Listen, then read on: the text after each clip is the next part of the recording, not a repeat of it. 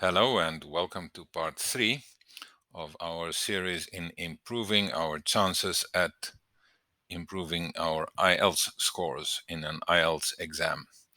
Today's video looks at the reading test for general reading. Remember, there are two kinds of IELTS test. One is for general and the other one is for academic IELTS.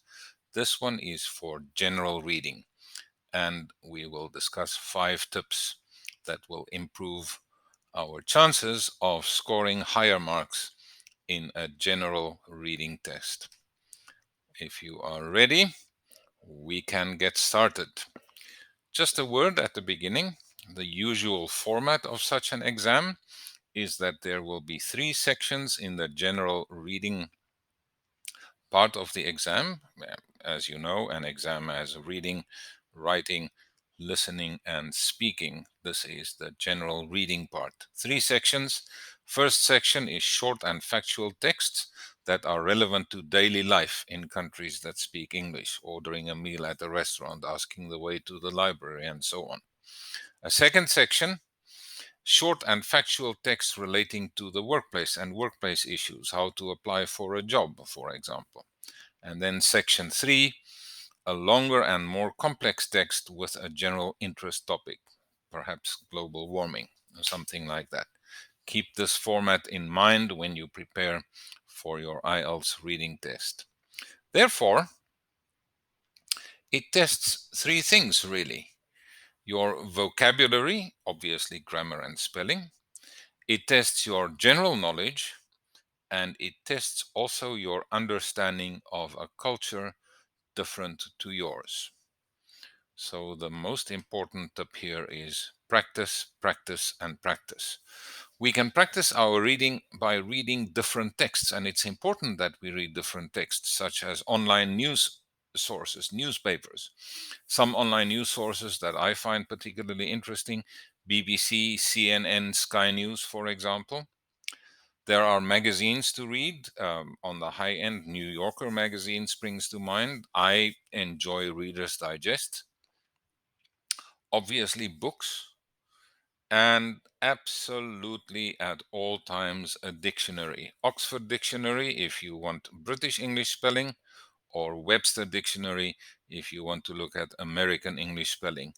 Keep your dictionary with you. And English dictionary. Do not have a dictionary translating from your language into English or from English into your language. Use an English to English dictionary.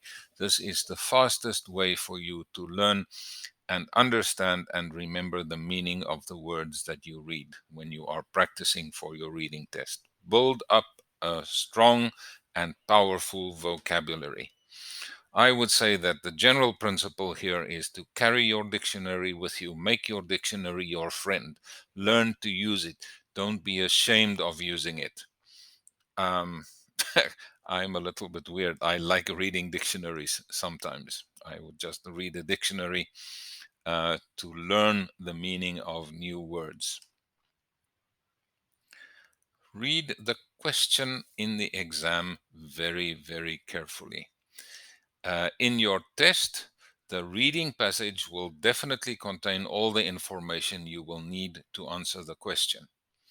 If you therefore understand the question clearly, it will be easy for you to find the answer.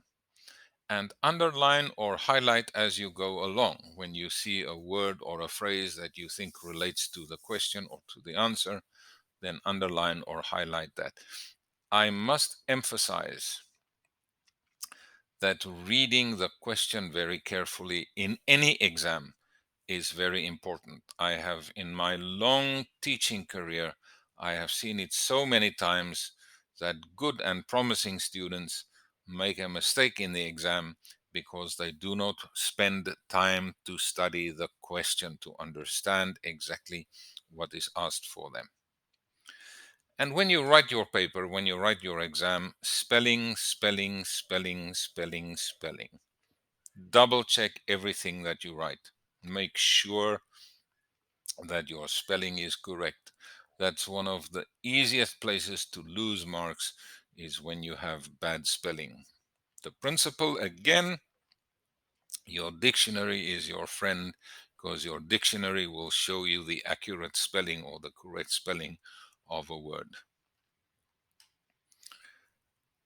Read it quickly, then slowly.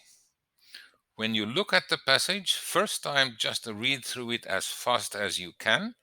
Never mind if there are words you don't understand. Don't stop. Just read it through very fast the first time around to get a general idea of what the topic is that you are covering. Once you've done that, then you can read it very slowly, or more slowly rather, highlighting or underlining those words or phrases that you believe contain the answers. Read through a text at least 2 or 3 or even 4 times. And the principle here is very simple. It's like washing your hair. Read and repeat. Read and repeat. Because if we read something quickly, if we read something the first time and only once, there's always some information that we miss. And while we are doing our slow read, then let's find the key. Because sometimes we may be asked a question that tests our overall understanding of the topic. So find the key words or phrases that we believe to contain the heart or the core or the key to the topic. The principle here is the habit of underlining or highlighting. Underlining or highlighting.